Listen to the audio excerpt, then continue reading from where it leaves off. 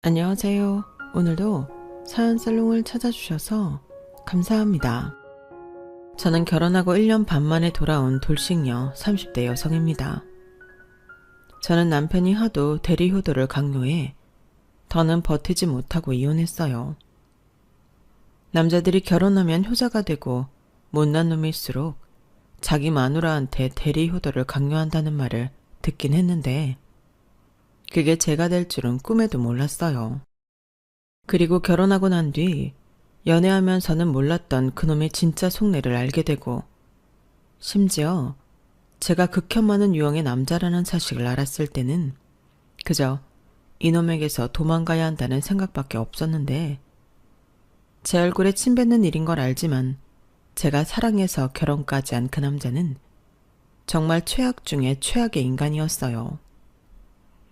그런 인간 말종인 줄도 모르고 평생 검은 머리가 백발이 되도록 함께하자고 혼인서약을 했다니. 저에게 시간을 되돌릴 수 있는 초능력이 있다면 그 순간으로 돌아가 그 결혼을 말리고 싶은 심정인데 어쩌겠나요? 저에겐 그런 초능력이 없고 아니다 싶었을 때는 최대한 빨리 뒤도 돌아보지 않고 남은 인생이라도 구하려 했던 저였는데요. 지금부터 짧지만 강력했던 제 최악의 결혼 생활과 남편이었던 그놈이 어떤 놈이었는지 소개해 보겠습니다. 실컷 욕해 주시고 그런 인간을 알아보지 못했던 저에게도 따끔한 충고해 주세요. 그럼 바로 시작해 볼게요. 그 인간과 저는 소개팅으로 만났어요. 처음 만났을 때부터 서로 호감이 있던 터라 연애 기간은 1년 조금 넘게 했는데 그 길로 결혼을 약속했죠. 결혼하기까지 너무 짧았던 거 아니냐고 생각하시는 분들 많으실 텐데 저희는 1년 내내 별다른 일이 없으면 거의 매일 만났어요.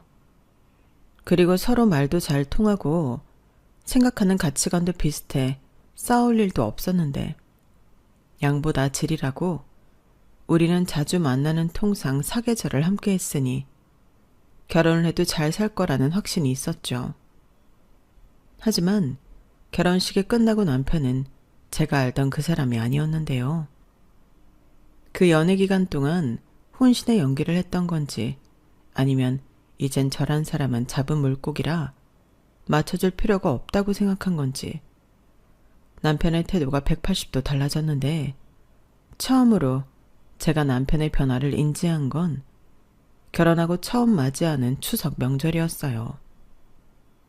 결혼 전에는 명절이면 당연히 엄마랑 추석 음식 만들고 연휴 내내 TV 보고 친척들이랑 노는 것이 저의 일이었는데 결혼 후에는 우리 집이 아닌 시댁에 가야 하니 살짝 긴장이 되더라고요. 그리고 그런 긴장감을 안고 시댁에 도착하니 시어머니가 음식 밑준비를 하시느라 분주했는데요. 그때 남편이 기세등등하게 이렇게 말하더라고요. 엄마, 이제 며느리도 있으니까 쉬엄쉬엄 해. 아니다. 이제 엄마는 음식하지 말고 며느리 시켜. 엄마 그동안 명절 음식 혼자 한다고 고생 많이 했지. 이제 고생 끝, 행복 시작이야. 이제부터는 힘든 일, 굳은 일, 젊은 며느리한테 하라고 해. 저는 남편의 말을 듣고 황당해서 제 귀를 의심했어요. 아무리 농담으로 아들이 자기 엄마 기분 좋게 하려고 한 말이라 생각하려 해도 사람을 옆에 두고 저렇게 말을 하다니. 저는 깜짝 놀라 눈이 동그래졌어요.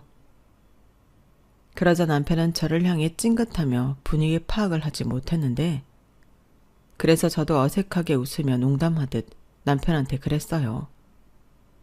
자기야, 무슨 며느리만 일을 해. 그러지 말고 자기도 같이 하자. 자기 원래 똑같이 같이 하는 거 좋아하잖아. 무슨 소리야.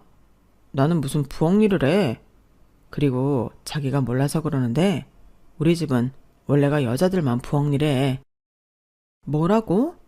자기가 누나가 있는 것도 아니고 여동생이 있는 것도 아닌데 그럼 여자라는 이유로 지금까지 어머님만 명절 준비를 하셨단 말이야?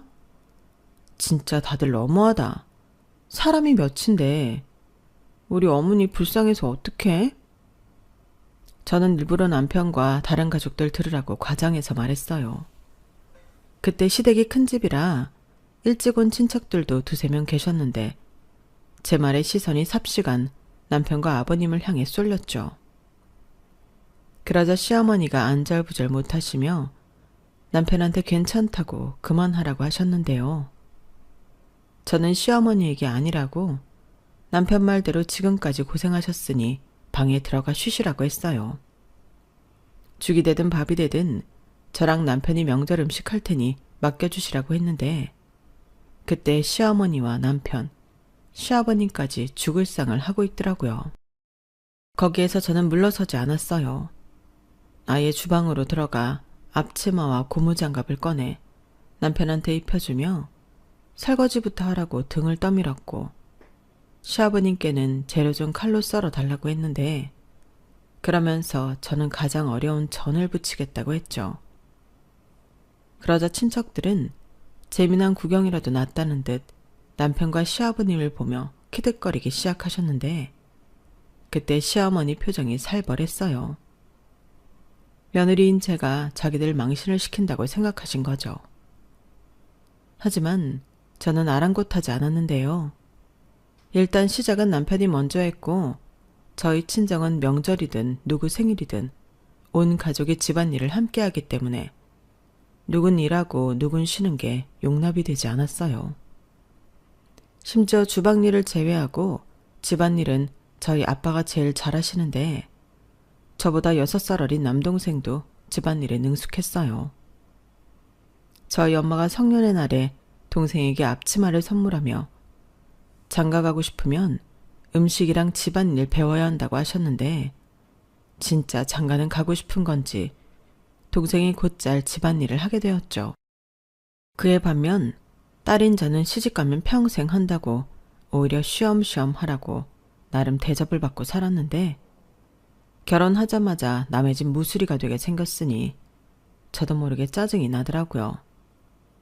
그리고 잘못된 관습은 내 손으로 바꿔야겠다고 생각했는데 시어머니가 더 싫어하시더라고요.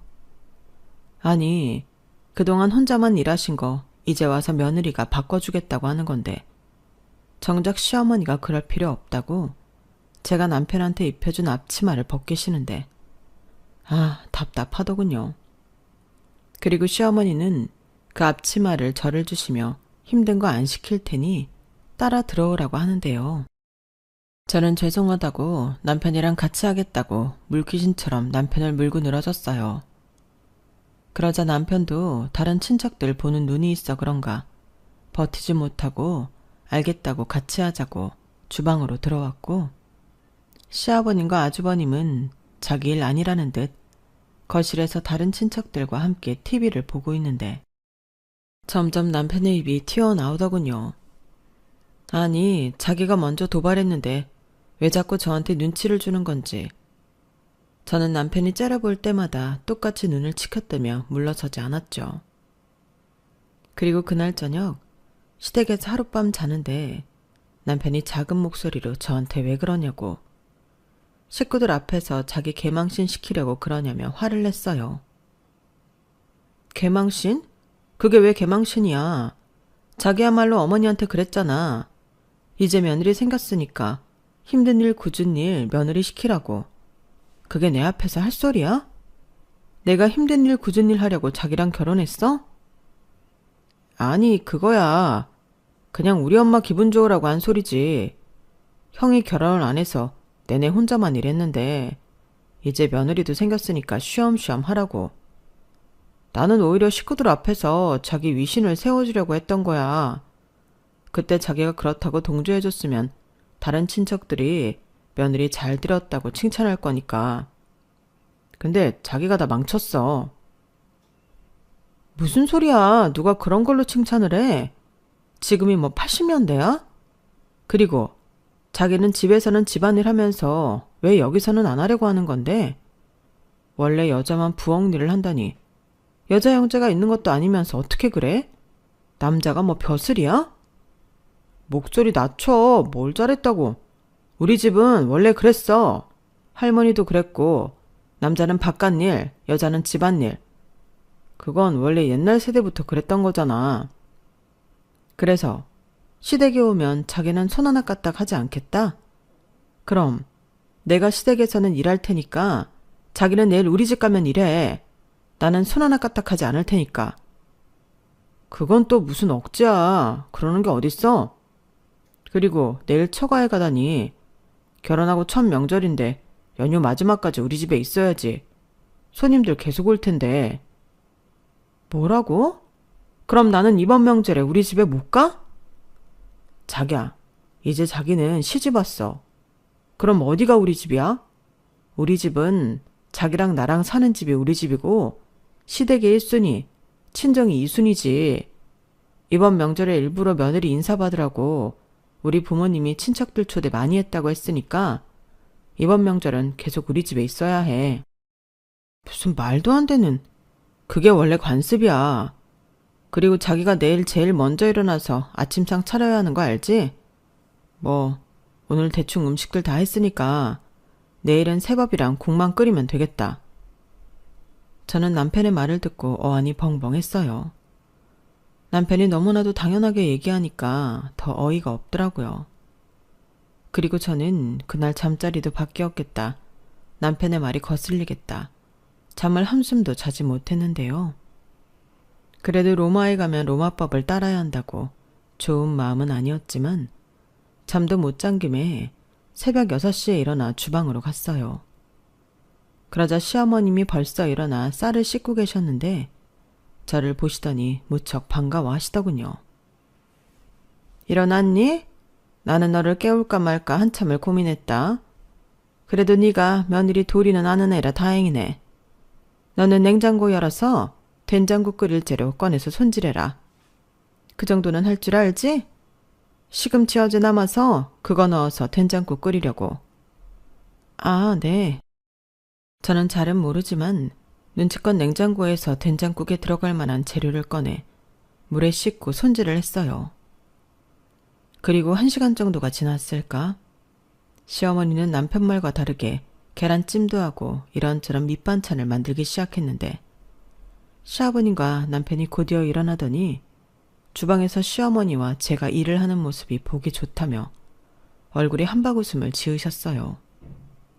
물론 좋은 마음으로 받아들인다면 전혀 문제될 것이 없지만 저는 지난날의 충격 때문인 건지 그저 시아버님과 남편이 새로운 젊은 일꾼이 생겨 좋아하는 걸로밖에는 보이지 않았는데 어쩌면 자기들은 남자라는 이유로 차려주는 음식만 먹고 그 자리에서 일어나지 않는 건지 제가 만약 이 집에 딸로 태어났다면 억울해서 미칠 것 같더군요. 그래서 이 집구석에 딸이 없어 다행이라는 생각과 함께 시어머니는 왜 이런 걸 참고 오랜 시간을 사셨나 심란하기만 했는데 그렇다고 제가 시어머니 인생을 바꿀 수는 없잖아요. 그리고 이렇게 돌아가다가는 첫 단추를 잘못 끼워 저도 시어머니처럼 살게 될 것만 같았는데 그러니 더더욱 저는 남편이 원하는 그런 며느리는 될 수 없다고 생각했죠. 게다가 첫 명절이니 친정에 가지 말라니 그것도 기분이 나빴는데 이건 아니다 싶어 차례가 끝난 뒤 남편한테 아무리 생각해도 이건 아닌 것 같다고 나도 우리 부모님이 기다리고 있으니 친정에 가겠다고 했어요. 그러자 남편은 깊은 한숨을 쉬며 얼굴 가득 짜증 섞인 표정으로 어제 얘기를 반복하려 했는데 저는 듣지 않고 친정 갈 가방을 쌌어요. 그리고 그 가방을 가지고 거실로 나가니 무슨 진기명기를 봤다는 듯 시아버니랑 시어머니 표정이 넋이 나간 모습이었는데요. 시아버님은 제가 든 가방을 보시더니 헛기침을 하시고는 돌아 앉으셨고 시어머니는 저를 잠깐 보자며 주방으로 저를 데리고 가시더군요.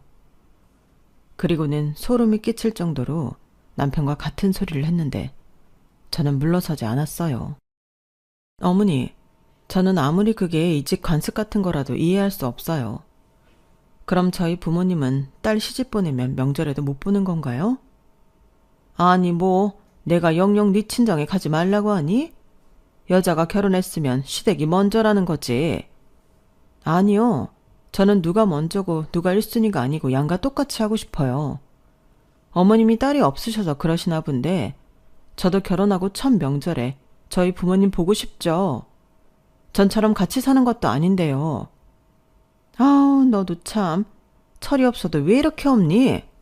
시집을 왔으면 원래 그런 거다. 오죽하면 출가 외인이라고 하겠니? 그렇다고 내가 정말 시집 왔으니 친정이랑 남처럼 살라는 것도 아닌데 꼭 이렇게 분위기를 망쳐야겠어? 네, 제가 친정에 가는 게 왜 그렇게 잘못인 건지 모르겠고요. 명절 연휴 내내 어머님이랑 저만 일해야 한다는 것도 납득하기 어려워요. 남자가 뭐 벼슬이에요? 그야 남자들은 밖에서 일하니까. 어머니, 저도 밖에서 일해요. 그리고 전업주부라도 그건 아니에요.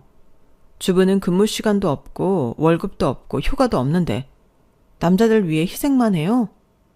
어머니는 이렇게 사는 게 좋으세요? 얘가 뭐라는 거야? 좋고 싫고가 어딨어? 그냥 그렇게 사는 거지. 남들도 다 그렇게 살아. 요즘 젊은 애들은 유난을 떤다고 하더니 우리 며느리도 그럴 줄은 몰랐네. 그래도 네 시아버지 심기 건드리지 말고 좋게 하자. 친정은 명절 지나고 가도 되잖아. 아니요, 전 지금 갈 거예요.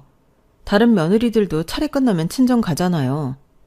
아니면 남편 두고 저만 갈까요? 뭐? 너 정말? 아, 알았다. 너 하고 싶은 대로 해라. 됐니? 곧 있으면 새색시 본다고 다른 친척분들도 오실 텐데 너 때문에 우리만 망신당하게 생겼다. 죄송해요. 망신시켜드릴 생각은 없었는데요. 하지만 제가 약속한 것도 아니잖아요. 그분들께는 다음에 인사드릴게요. 그럼 저는 이만 친정에 가보겠습니다. 저는 시어머니에게 그렇게 얘기하고 시댁 문 밖을 나섰어요. 그리고 남편은 제가 시어머니한테 혼이 나면 꼬랑지를 내릴 줄 알았는지 제가 가방을 가지고 시댁을 나가자 남편이 놀라서 저를 쫓아나왔는데 하마터면 그 인간 귓방망이를 날릴 뻔했다니까요. 한마디만 더 해. 자기 이러려고 나랑 결혼했어? 아니, 어떻게 사람이 결혼하자마자 변해? 아니, 원래 이런 사람이었던 거야? 자기야, 나야말로 할 소리다. 자기 이렇게 경우 없는 사람이었니? 예의, 도리 이런 거 몰라? 누가 보면 나랑 우리 가족들이 억지 부리는 줄 알겠다. 자기 여기 시집 왔잖아. 그래, 시집을 왔지. 내가 팔려온 게 아니라고. 억지 부리는 줄 안다고? 이게 억지야. 내 의사랑 상관없이 강제로 일하는 거. 아무리 내가 이 집 며느리라고 해도 그럴 수는 없는 거라고. 만약에 우리가 딸을 낳는다고 쳐. 그 딸이 결혼해서 며느리라는 이유로 우리 집에 못 오면 자기는 괜찮아? 괜찮아. 당연하지. 나는 그 딸이 온다고 해도 홍구멍을 내서 다시 지 시댁으로 보낼 거야. 와, 진짜 말이 안 통한다. 나는 싫어. 나는 시댁에 할 만큼 했으니까 남은 연휴는 우리 집에 가 있을 거야. 그렇게 당당했으니 내가 우리 집에 가서 오늘까지 겪은 일 다 얘기해도 괜찮은 거지? 뭐? 진짜 유치하게 왜 이래? 뭐 일러 바치기라도 하겠다는 거야? 그래. 너무 기가 막혀서 나도 가서 하소연이라도 하려고 한다. 왜? 뭐가 잘못됐어? 저는 당시 너무 악에 받쳐 시댁 대문 앞에서 소리를 질렀어요. 그리고 타고 온 차를 끌고 친정으로 갔는데 참고로 저희 시댁은 부산입니다. 타고 온 차도 제 차였고 남편은 원래 차가 없었어요. 그리고 남편 회사가 주차 공간이 없어서 차를 끌고 다니려면 다른 곳에 월주차 계약을 해야 했는데요. 그래서 신혼집 구할 때 일부러 남편의 편의를 많이 봐줬어요. 저는 원래부터 친정 부모님과 함께 살고 있었기에 일산에서 출퇴근을 했고 회사에서도 주차 공간이 있었기 때문에 결혼하면서도 제 차를 그대로 가지고 왔죠. 그러니까 제 차가 가족차가 되었는데 남편은 제가 차를 가지고 올라가 버리니 화가 단단히 났어요. 운전하고 가는 내내 핸드폰 속 내비게이션도 제대로 보지 못할 만큼 전화가 계속 울렸는데 저는 그러면 그럴수록 그 전화를 받지 않았어요. 그리고 친정에 도착했는데 그때부터는 이 인간이 전화를 하지 않더라고요. 아마도 제가 혼자가 아니라 친정 식구들이랑 같이 있을 거라고 생각해 전화를 하지 않은 것 같았는데 그때부턴 생각이 참 많았어요. 누구보다 의식이 깨어있는 사람이라고 생각했던 남편이 저렇게 구시대적인 사람이었다기 사기 결혼을 당한 기분이었는데 누가 결혼하라고 떠민 것도 아닌 제 선택으로 한 결혼인지라 솔직히 너무 쪽팔렸어요. 그러면 그렇지. 그렇게 번갯불에 콩 구워 먹듯이 한 결혼이 제대로 된 결혼이겠어? 이런 소리를 들을 것 같았는데요. 그도 그럴 게 결혼한 지 얼마 되지 않아 이런 일을 겪다 보니 그런 세간의 눈길도 의식이 되더라고요. 그리고 저의 잘못으로 저희 가족 역시 곤란을 겪을까봐 힘들었는데 그러니 이러한저런 원망이 모두 남편에게로 향했죠. 그리고 차가 없는 남편놈은 연휴 마지막 날에 겨우 표를 구해 집으로 올라왔다며 손에는 자기 집에서 싸준 음식을 바리바리 들고 왔는데 남편은 어떻게 자기랑 자기 가족에게 이럴 수 있냐며 자기가 얼마나 고생했는지 아냐고 화를 냈어요. 저 역시 이때를 기다렸기 때문에 지지 않고 화를 냈죠. 이럴 거면 명절에 각자 집에 가자고 제가 먼저 얘기했는데 남편이 세상 천지 며느리가 시댁에 가지 않는 명절이 어딨냐며 저를 못 배운 사람이라고 했는데 정말 기가 막혔어요. 제가 타임머신을 타고 조선시대에 살고 있나 착각할 정도였다니까요. 그리고 그 이후 남편의 말은 더 기가 막혔는데 제가 시집가서 첫 명절을 망쳤으니 자기 집에 전화해서 죄송하다고 말을 하라고 했는데 그러면서 덧붙이길 저더러 시부모님과 남편을 존경하는 자세를 갖추라고 하더군요. 그 말을 듣는데 진심으로 너무 웃겨서 물을 먹다가 그 인간 얼굴에 정확하게 뿜었어요. 존경하는 자세를 갖추라니 자기가 뭐 선생님인가요? 그래서 저는 말 같지 않은 소리 그만하라고 더 큰 소리를 쳤어요. 자꾸 이러면 나도 곤란해. 어차피 몇 달 살지도 않았는데 이혼하고 싶어서 그래? 왜? 결혼했으니까 다 끝난 줄 알고 본색을 드러내는 거야? 아니, 어디까지 실망시킬 건데? 정말 이혼 서류에 도장 찍어야 끝나는 일인 거야? 뭐? 이혼? 아니, 어떻게 된 게 여자 입에서 먼저 이혼 소리가 나오지? 결혼이 무슨 애들 장난이야? 장난이었으면 내가 이러고 있지도 않지. 나는 지금 사기 결혼 당한 기분이야. 내가 지금 무슨 심정으로 참고 있는 줄 알기나 해? 아니, 애당초 이런 사람이면 결혼 전에 나한테 말을 했어야지. 결혼하면 무조건 시댁이 1순위라고. 왜? 그때는 아닌 척하고 있더니 결혼하자마자 이러는 거야? 내가 만만해? 전날은 저희 부부가 처음으로 부부싸움을 한 날이었어요. 아니, 연애 기간에도 제대로 된 싸움을 한 적이 없으니 최초의 싸움이라고 해도 될 것 같은데 저는 그날 분명히 말했어요. 저랑 헤어지지 않고 살 거면 다음 명절에는 친정에 먼저 가자고 했는데 이번처럼 시댁에 갔다가 친정에 간다고 하면 발목이 잡힐 것을 우려해 아예 처음부터 친정을 먼저 가야겠다고 생각했어요. 그리고 친정 식구들에게 말해 남편한테도 똑같이 지 집에 못 가게 붙들어 보고 싶은 마음이 있었는데 눈에는 눈, 이에는 이라고 똑같이 느끼게 해주고 싶었어요. 하지만 남편은 제 말에 콧방귀만 낄 뿐 아무런 대꾸도 하지 않았고 저는 남편에게 약속을 받지 않는 한 정말로 이혼 생각을 하고 있었는데요. 이혼을 할 때 하더라도 다음 명절까지는 기다렸다가 하고 싶었어요. 그래서 세상 아무렇지 않다는 듯 평소처럼 똑같이 일상생활을 하기 시작했는데 남편도 스리슬쩍 명절 일을 잊은 듯 저에게 치근덕거리기 시작했어요. 하지만 그 어떤 약속도 받아내지 못했는데 제가 그걸 허락할 리가 없었고 저는 틈을 보이지 않았는데요. 자기도 자존심은 있는지 몇 번 거절당하고는 저를 건드리지 않았어요. 그리고 기다렸던 다음 명절인 설날이 되었는데 그때도 남편은 아무렇지도 않게 도를 넘더군요. 이번 설에는 집에서 음식을 좀 해서 갈까? 그럼 엄마랑 아빠가 엄청 좋아하실 텐데. 우리 아빠는 갈비찜을 좋아하니까 갈비 사다 양념에 재서 가고 전도 자기가 부쳐서 가자. 그러면 우리 집에 가서는 데워서 먹기만 하면 되잖아.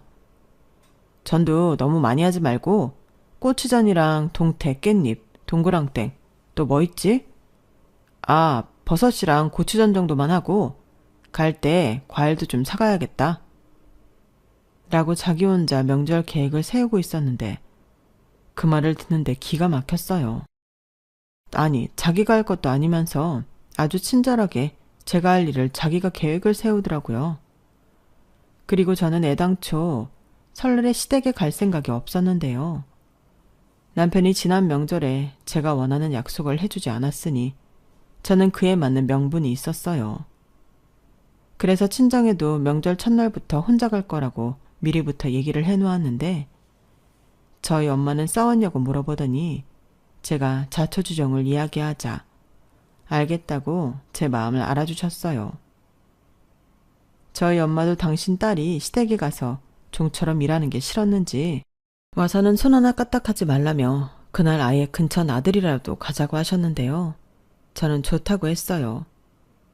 그렇게 기다리던 설 전날이 되었어요. 남편은 오전 근무만 하고 집에 왔다며 근무하고 있는 저에게 연락을 했고 장거리 운전을 해야 하니 차 점검을 해야 하는 거 아니냐며 저들을 차를 가져갔냐고 물었는데 당연히 차를 가져왔다고 했죠. 차 가져갔어?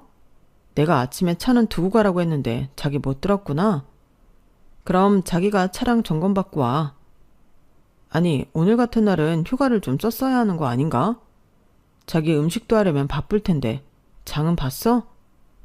장을 왜 봐? 그리고 나 오늘 늦어. 내일부터 연휴라 일 못하는데 미리 끝내놔야 할 게 좀 있어서. 뭐? 아니, 내일 아침 일찍 부산집에 가야 하는데 뭐 얼마나 늦게 온다는 건데? 그럼 명절 음식은? 그런 생각이었으면 더 미리부터 준비를 해놨어야지. 그니까 내가 왜 그걸 준비해야 하냐고. 자기 잊었어? 지난 명절에 내가 앞으로는 우리 집 먼저 가겠다고 했잖아. 뭐? 지금 그게 무슨 말이야? 나랑 장난해? 며느리가 시댁이 아니라 친정에 먼저 가겠다고? 그게 어느 나라 법도야? 법도? 그럼 거꾸로 며느리는 무조건 시댁을 1순위로 해야 한다는 법도는 어디 있는 건데? 어디 있긴 다들 그렇게 살잖아. 그러니 시집을 간다고 하지. 자기는 우리 집에 온 우리 집 식구야. 그럼 누굴 먼저 챙겨야 하는 거야? 아니, 내가 이런 것까지 알려줘야 해? 훅 키고 앉아있네. 식구? 내가 정말 식구가 맞아? 자기는 식구 밥 해주는 식모 아니고? 무슨 말을. 아니, 왜 잘 지내다가 명절만 되면 난리인 건데. 시집 왔으면 며느리 도리 하는 건 당연하잖아. 며느리 도리? 그럼 자기는 지난 명절에 사위 도리 했어? 그야 자기가 차를 가져가 버렸는데 내가 어떻게 사위 노릇을 해? 그리고 그때는 결혼하고 첫 명절이라. 닥쳐. 그놈의 첫 명절. 왜? 이젠 첫 설날이니까 식구들 세배하러 더 많이 오겠네. 그럼 나는 또 우리 집에 못 가는 거야? 그야 전에는 자기가 멋대로 가버렸잖아. 그때 오셔서 허탕치고 가신 분들도 계시고. 자기 말대로 설날이라 세배도 받으러 더 많은 분들이 오시지. 그럼 자기가 그건 그거대로 신경을 쓰고 있어야 하는 거 아니야? 나는 너무 당연한 걸 자기가 질색팔색을 하니까 너무 힘들다. 너무 당연하다고? 세상에 당연한 건 하나도 없어. 아니, 조선시대에서 타임머신 타고 온 거야? 뭐야? 됐고, 이번 설은 무조건 우리 집 먼저 갈 거고, 싫으면 자기는 기차 타고 가든 버스 타고 가든 각자 알아서 집에 가는 걸로 해. 솔직히 나는 그것도 괜찮아. 뭐라고? 지금 나랑 장난해? 남편은 제가 앞으로 명절에 각자 집에 가는 걸로 하자고 하자 눈을 부라리며 화를 냈어요. 그러면서 자기 체면은 생각하지 않냐며 자기는 여자랑 다르다는 헛소리를 했는데 저는 무시해버렸죠. 그리고 생각해보니 결혼 전 그 인간이 저에게 보여줬던 남녀 평등에 관한 생각은 남녀가 공평하다는 생각이 아닌 자기가 남자라고 돈을 더 내거나 여자한테 무언가를 해주기 싫어서 그럴싸하게 자기 이미지를 포장한 거였는데 그냥 쪼잔한 놈이었던 거죠. 게다가 요즘 세상에 남녀가 평등한데 자기는 제 경력이 너무 아깝다며 아이가 생겨도 최대한 일을 할 수 있도록 도와주겠다고 했는데 남녀 평등은 개뿔. 그것도 제가 결혼하고 애 핑계로 일을 그만둘까 염려되어 약을 친 거였어요. 그렇게 그 인간의 민낯을 보게 되었는데 이건 명백한 사기 결혼이었고 제가 이 이야기까지 하려고 하니 벌써 남편은 성질이 나서 전화를 끊어버린 후였어요. 그리고 저녁 10시가 다 되어 퇴근하니 남편은 집에 없었는데요. 꼬라지를 보니 자기 혼자 시댁에 간 것 같더라고요. 그때는 솔직히 쾌재를 불렀어요. 저는 집에 오면 남편과 싸워야 할 것 같아서 무거운 마음으로 귀가했는데 이렇게 남편이 집에 없다니 너무 좋더라고요. 그리고 그때 결심했는데 이런 결혼 생활은 앞으로 더 해봤자 저에게 전혀 도움이 되지 않을 것 같았어요. 그래서 일단은 즐겁게 친정 식구들과 설 명절을 보내고 연휴 마지막쯤 가족들에게 이혼 얘기를 해야겠다고 생각했는데요. 항상 계획은 생각처럼 되지 않는다고 제가 친정에서 즐거운 한때를 보내고 있을 즈음 남편한테서 긴급한 연락이 왔어요. 시어머니가 음식을 하시다 넘어지셨는데 하필이면 식탁에 골반뼈를 부딪혀 응급실로 갔다고 하더라고요. 목소리가 어찌나 다급하던지 그때는 저도 같이 마음이 급해졌는데 남편이랑 이혼을 할 때 하더라도 일단은 시어머니시니 바로 남편이 알려준 병원으로 향했어요. 친정 가족들도 제가 마지막 날에 무슨 얘기를 할지 알지 못했으니 빨리 가보라며 대신 안전운전하라고 하셨는데 일단은 급한 걸 먼저 해결해야겠다고 생각했죠. 그렇게 도착한 병원에서 의사 선생님은 원래도 뼈가 좋지 못한 시어머니가 하필이면 골반을 부딪혀 금이 갔다며 뼈가 붙을 동안 병원에 입원해야 할 것 같다고 하셨는데요. 예상되는 입원 기간이 상당히 길었어요. 아무래도 위치가 위치이다 보니 뼈가 붙으려면 움직이지 말라고 그러기 위해서는 병원에 있어야 한다고 하시더라고요. 그리고 의사 선생님의 말이 끝나자 남편과 시아버님 그리고 아주버님까지 일제히 저를 쳐다봤는데 저는 그때 이 사람들이 어떤 생각을 하고 있는지 바로 알아차릴 수 있었어요. 그래서 최대한 모른 척 그 불편한 시선을 외면했는데 남편이 저를 쫓아와 그러더라고요. 자기야, 아까 의사 선생님 말씀 들었지? 자기가 어쩔 수 없이 휴가를 내고 우리 엄마 병간호 좀 해줘야겠다. 그리고 번거로워도 부산집에 밥도. 미쳤어? 지금 뭐라는 거야? 내가 왜 휴가를 내고 여기 있어? 휴가를 낼 사람은 내가 아니라 아들인 당신이지. 아니, 시아버님도 있고 아주버님도 있는데 왜 나한테 그래? 또 그런다. 아니, 우리는 전부 남자잖아. 남자가 여자 병간호를 어떻게 하냐? 엄마도 불편하지. 불편한 걸로 따지면 남인 내가 더 불편하지. 아무튼 나는 그럴 수 없어. 지금 하루하루 연차 내는 것도 눈치 보이는 상황이란 말이야. 오죽하면 명절 전날에 야근까지 했겠어. 그럼 이참에 그냥 그 회사를 그만둬. 직장이야 다시 구하면 되지. 지금 뭐가 우선인지 모르는 거야? 무슨 며느리가 이렇게 사태 파기한대. 그럼 이런 상황에 엄마 혼자 병실에 두자는 소리를 하고 싶은 거야? 자기 장모님이 입원하셨어도 이럴 거야? 이럴 거야. 아니, 아예 이럴 거면 그냥 간병인을 쓰면 되잖아. 어디서 나더러 회사를 그만둬라 마라 해. 네가 뭔데? 네? 지금 아래 위가 없는 거지? 그리고 간병인이 얼마나 비싼지 몰라서 하는 소리지? 하루 이틀 쓸 것도 아니고 그 돈을 더 어떻게 내? 자기가 낼 거야? 그래, 자기가 하기 싫어서 간병인 부르는 거니까 자기가 내면 되겠네. 그럼 부르자 간병인. 말이 안 통하네. 그 돈을 왜 내가 내? 아들인 자기나 아주버님이 있고 남편인 시아버님도 있는데. 진짜 너무하네. 내가 정말 사람을 잘못 본 거야? 여기서 네 부모 내 부모를 왜 따지는데? 자기는 우리 엄마 며느리잖아. 며느리가 남이야? 남이지. 자기랑 내가 이혼하면 그 순간에 바로 남남이 되는 사이인데. 며느리가 자식보다 위에 있을까? 아니, 왜 자기랑 자기 식구들은 자기들 하기 귀찮은 일은 전부 나한테 시키는 거야? 그래놓고 대접받고 좋은 건 또 남자랍시고 자기들이 하려고 하지? 진짜 웃기지도 않아. 지금 말 다 했어? 남자랍시고? 원래가 집안을 일으키고 굴러가게 하는 건 전부 남자야. 자기가 나랑 결혼을 했어도 내가 가장인 이유가 뭔데? 그래서 그 가장을 어디 가서 위임장이라도 받은 거야? 그리고 나는 한 번도 자기가 우리 집 가장이라고 생각한 적 없어. 우리 공평한 사이 아니었나? 아, 아니지. 자기한테 공평은 자기 손해보지 않으려고 했던 허울 좋은 핑계였지. 뭐? 왜? 찔리냐? 나야말로 사람 보는 눈이 없었지. 이거 완전 사기 결혼이야.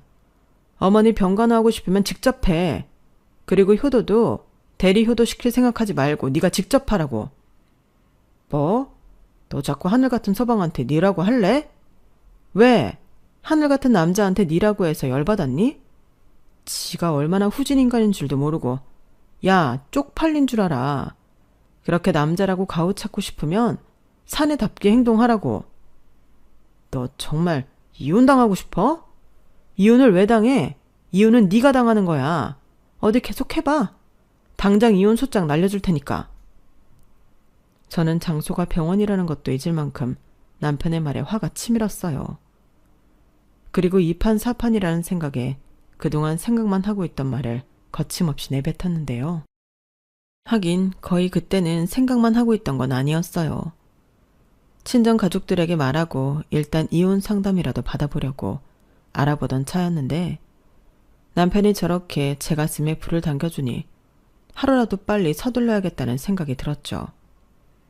그리고 저랑 남편의 목소리가 많이 컸었기 때문에 병원의 사람들이 모두 저희 부부를 쳐다봤는데 남편은 그걸 쪽팔린 듯 손으로 자기 얼굴을 감췄어요. 지가 무슨 유명인사라고. 진짜 쪽팔린 게 뭔지도 모르는 그 인간을 보며 저는 완전히 마음이 갈라서기로 굳혔는데 그래서 뒤도 돌아보지 않고 차를 끌고 서울 집으로 갔죠. 하루에, 그것도 명절 연휴에 장거리 왕복 운전을 하니 정말 몸은 피곤했는데 얼마나 열이 받았는지 졸리지도 않았어요. 그렇게 새벽에 집에 도착한 저는 그 길로 간단히 짐을 쌌는데요. 다음날 아침에 다시 친정으로 갔죠. 그러자 친정 식구들은 깜짝 놀랐는데 제가 가지고 온 짐을 보고 저희 엄마는 예상이라도 한 듯 저에게 잘 왔다고 하셨어요. 그때 어찌나 엄마의 말이 고맙든지 내내 괜찮다고 생각한 제 눈에서 눈물이 왈칵 쏟아졌는데 그날 하루 동안 거의 100통 가까이 남편놈에게 전화가 울렸죠. 그리고 자기 전화 안 받으면 앞으로는 각오하고 살아야 할 거라며 가짜는 협박질을 했는데 그러면서 또 한다는 말이 정말 웃겼어요. 저더러 자기 아니면 어떤 남자가 저 같은 여자를 데리고 살겠냐며 주제넘는 말을 했는데 저는 보기 좋게 무시해버렸죠. 솔직히 아쉬울 건 제가 아니라 그놈이었거든요. 당장 시어머니 없으면 라면도 제대로 끓여 먹지 못하는 인간들이었는데 남편의 말은 제가 하고 싶은 말이기도 했어요. 그렇잖아요. 저런 남자를 누가 데리고 살겠냐고요. 일단 저부터도 버리고 싶은 남자인데 저 인간은 자기 주제를 몰라도 너무 모르는 게 안타까울 지경이었어요. 그리고 어차피 헤어질 건데 망설일 이유도 없었는데요. 그래서 친정 가족들에게 이혼 의사를 밝히고 남동생 선배가 잘 아는 변호사가 있다고 해서 이혼 상담까지 받았어요. 저희가 정확히 반반 결혼을 한 터라 이혼이 아주 쉽다고 하더라고요. 게다가 아이도 없고 혼인기간도 짧으니 그냥 가지고 온 거 그대로 가지고 헤어지면 된다고 했는데요. 저는 일단 알겠다고 했어요. 그런데 변호사님이 제일 좋은 건 역시 합의 이혼이라며 소송을 가면 시간도 많이 걸리고 비용도 많이 든다고 했는데 그래서 마지막으로 남편과 합의 이혼에 대한 이야기를 나눠볼 생각이었죠. 물론 그 인간이 순순하게 이혼 서류에 도장을 찍을 것 같진 않았지만 일단 해보려고 마음을 먹고 있는데 그렇게 이것저것 알아보고 준비하는 시간이 길어져 보름 정도가 눈 깜빡할 사이에 지나갔는데 회사 일도 바쁘다 보니 정말 정신이 하나도 없었어요. 더욱이 친정에서 출퇴근을 하다 보니 시간이 더 없었는데 그러는 사이 남편이 간병인비가 아까워 휴가를 내고 시어머니 병간호를 하고 있다는 사실을 알게 되었죠. 아주버님이 핸드폰 대리점을 하고 있는데 뺀질거리기는 남편보다 더해서 남편한테 모두 떠넘긴 것 같았어요. 그러니까 자기 식구들한테는 온갖 호구짓을 다 당하면서 저한테만 큰 소리 치던 게 제 남편이었는데 지도 보름 정도 생고생을 하다 보니 제가 많이 아쉬워진 것 같았는데 그때 가뜩이나 바빠 죽겠는데 모르는 번호로 전화가 연거푸 걸려오더라고요. 그래서 저는 업무 전화가 오는 줄 알고 전화를 받았고 핸드폰 너머 들리는 남편 목소리에 저절로 얼굴이 구겨졌는데 남편이 다 죽어가는 목소리로 저랑 통화하고 싶어서 간호사님에게 부탁을 했다며 저에게 무조건 잘못했다고 빌기 시작했어요. 나 정말 반성 많이 했어. 그래, 자기 입장에서는 불쾌할 수 있지. 자기가 우리 집 며느리 되려고 나랑 결혼한 게 아닌데 내가 너무 과했어. 우리 엄마도 너 같은 아들보다 며느리가 100번 1000번 좋다며 나더러 꼴 보기 싫대. 자기야, 내가 정말 잘못했어. 내가 어리석은 남편이었다. 왜 이래 갑자기? 이건 또 무슨 수작인데? 수작 아니야. 나 자기 그렇게 가고 생각 정말 많이 했거든. 그리고 내가 간병을 해보니까 이런 걸 자기한테 시키려고 했다니. 내가 너무 후진 사람 같고 앞으로 잘해야겠다는 생각밖에는 들지 않아. 앞으로는 무조건 자기한테 먼저 의사를 묻고 자기 생각 존중할게. 그러니까 자기야, 우리 화해하자. 일단은 다 떠나서 오랫동안 자기를 못 봤더니 너무 보고 싶어. 그런데 내가 엄마를 두고 갈 수 없으니 자기가 한번 병문안 온다고 생각하고 나 보러 와주면 안 돼? 나한테도 기회를 줘. 진짜 앞으로는 자기가 바라는 남편이 돼볼게. 지금 생각하면 저 말도 진정성을 살펴야 했는데 저는 그때 남편의 기가 팍 죽은 목소리에 희망을 느꼈어요. 그리고 남편이 진심으로 사과를 하는 거면 기회를 한번 줘볼까? 그런 생각을 했었는데 그래서 어찌됐든 한 번은 시어머니도 어쩌고 계시나 볼 겸 부산병원을 가보자 마음먹었죠. 그래서 금요일 퇴근하고 간단하게 도시락을 싸서 다음날 아침 일찍 출발했는데요. 남편이 제가 싼 김밥이랑 제육볶음이 너무 먹고 싶다고 했거든요. 지금 생각하면 그걸 싸간 저도 등신인데 빈손으로 가기도 그렇고 해서 간단하게 준비를 해봤어요. 그리고 생각보다 일찍 부산병원에 도착했는데 남편의 몰골을 보니 기분이 좀 그렇긴 하더라고요. 다크서클은 턱 밑까지 내려온 듯 안색이 좋지 않았는데 누가 보면 시어머니가 아닌 남편이 병자인 줄 알겠더라고요. 그런데 병실에서 저를 본 시어머니는 제가 생각했던 것과 다른 반응이었는데요. 글쎄 저더러 이제라도 마음 고쳐먹고 내려와서 다행이라고 하셨어요. 그러면서 또 하신다는 말이 다른 여자들은 딸이나 며느리가 병간호를 해주는데 당신만 아들이 병간호를 해줬다며 투정을 부리기 시작하셨는데 어라? 그때부터 뭔가 쎄한 기분이 들었어요. 그리고 남편은 제가 주지도 않았는데 제가 싸간 도시락을 펼쳐서는 걸신이라도 들린 듯 허겁지겁 김밥과 제육볶음을 먹기 시작하는데 딱 며칠 굶은 거지 같았고 그 모습을 보던 시어머니는 자기 아들이 너무 불쌍하다며 제 등짝을 퍽 하고 치셨어요. 저거 봐라. 너는 네 남편을 저렇게 두고 싶니? 어떻게 네가 아니라 네 남편이 병간호를 시켜. 하긴 천명절에 귀한 내 아들한테 설거지 시킬 때부터 알아봤다. 어머니. 아우, 아파라. 내가 움직이면 안 되는데. 아들 고생시키는 거 싫어서 참고 지냈어. 화장실 문제도 그렇고 씻는 것도 그렇고 어떻게 아들을 시키니? 이제라도 와서 하는 말이지만 너 그러면 안 되는 거야. 너는 며느리잖아. 나 참 기가 막혀서 이놈의 집구석은 정말 며느리가 무슨 봉이라도 되는 줄 착각하는 집안이었는데요. 그때였어요. 연신 개걸스럽게 식사를 하던 남편이 갑자기 저에게 차키를 달라고 했는데 제가 왜 차키를 달라고 하냐 물으니 남편이 그러더군요. 왜긴 이제 선수 교체해야지. 내가 먼저 보름 동안 우리 엄마 병간호 했으니까 자기는 우리 엄마 퇴원할 때까지 여기 있어. 나 이제 쓸 휴가도 없는 거 알아? 그래도 우리 엄마 퇴원할 땐 내가 다시 여기 내려올 테니까 걱정하지 말고 이제는 자기가 좀 수고해. 어때? 공평하지? 공평? 공평 같은 소리 하네. 이러려고 나한테 그딴 쇼를 한 거야? 잘못했다며. 앞으로는 내 의사 존중하고 내가 바라는 남편이 되겠다며? 그래, 그럴 거야. 누가 안 한대? 지금부터 그러는 거지? 됐다. 역시 이래서 사람은 고쳐 쓰는 게 아닌데 내가 또 멍청했네. 됐고 우리 이혼하자. 이혼? 너는 그게 무기지? 그래, 그렇게 하고 싶으면 하자. 나도 다 알아봤어. 근데 이혼하면 네가 더 큰일이던데.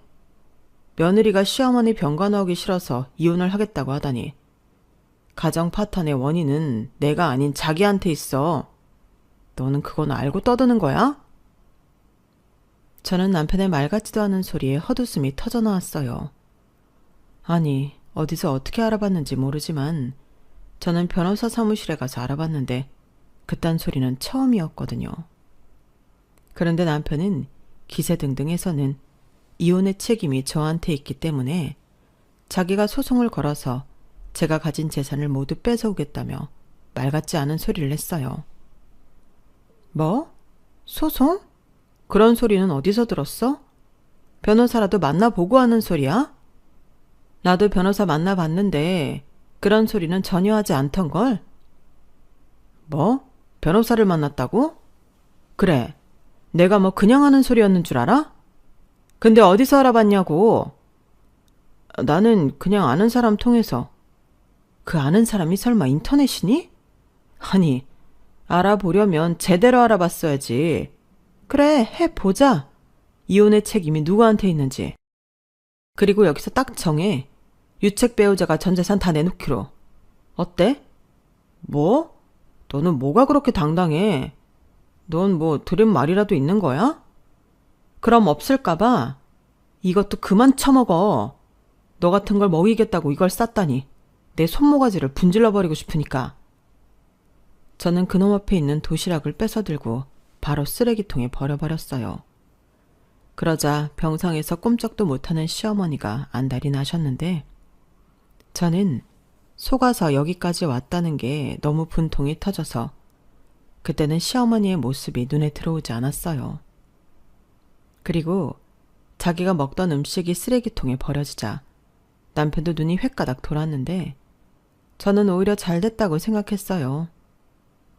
변호사님은 합의하는 게 제일 좋다고 했지만 그건 역시나 불가능한 일이었고 남편이 이렇게 또 소중한 증거를 만들어주니 그게 역으로 고맙기만 했는데 그동안 남편이 보낸 문자들도 차고 넘치게 저장되어 있었으니 이혼은 자신이 있었어요.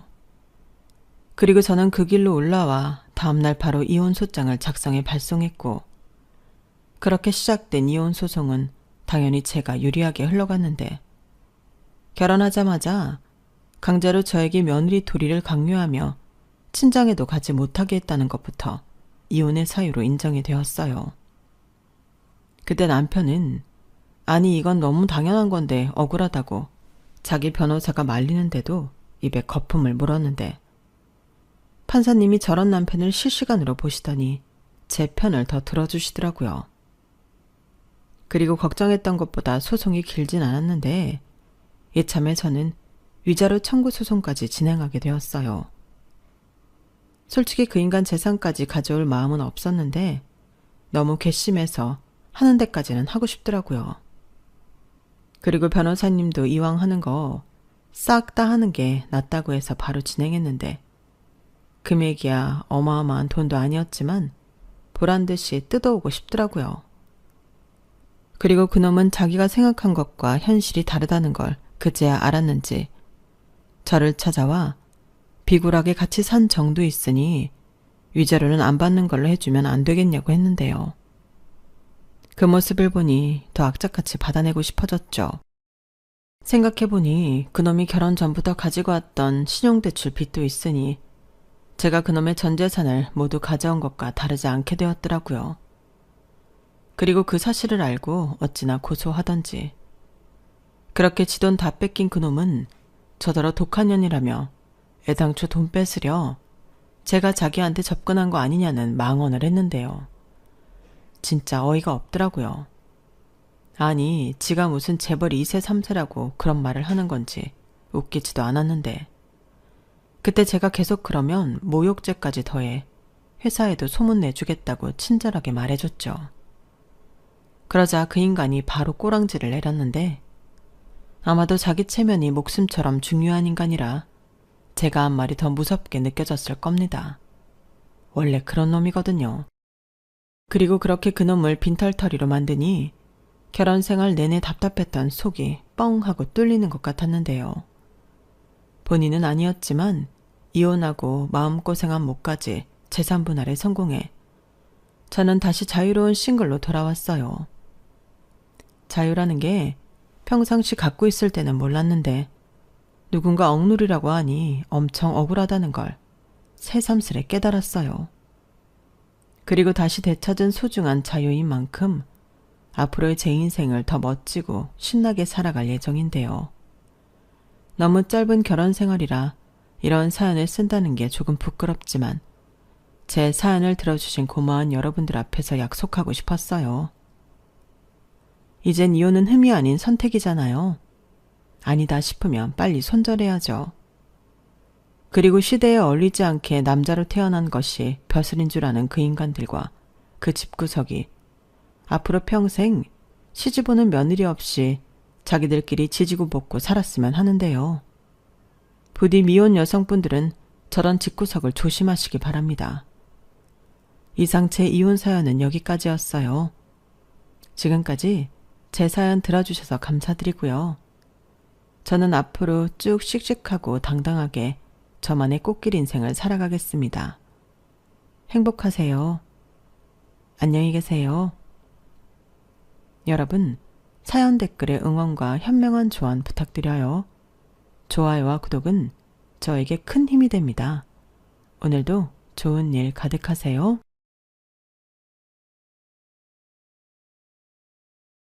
안녕하세요. 오늘도 사연 살롱을 찾아주셔서 감사합니다.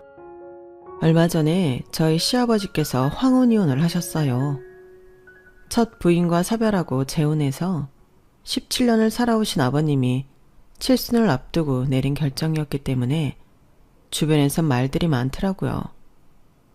세상 떠날 날도 얼마 남지 않은 늙은이가 어지간하면 그냥 살지 그 나이에 무슨 부귀영화를 누리겠다고 이혼이냐면서요. 하지만 가장 가까운 곳에서 시부모님 내외를 지켜봐왔던 저와 남편으로서는 오히려 시부모님의 이혼이 늦은 감이 있다고 생각할 정도랍니다. 그건 아마도 남들이 모르는 시어머니의 본 모습을 많이 봐왔기 때문일 거예요. 그런데 이번 일로 사실 저와 제 남편은 좀 곤란한 입장에 처해 있어요.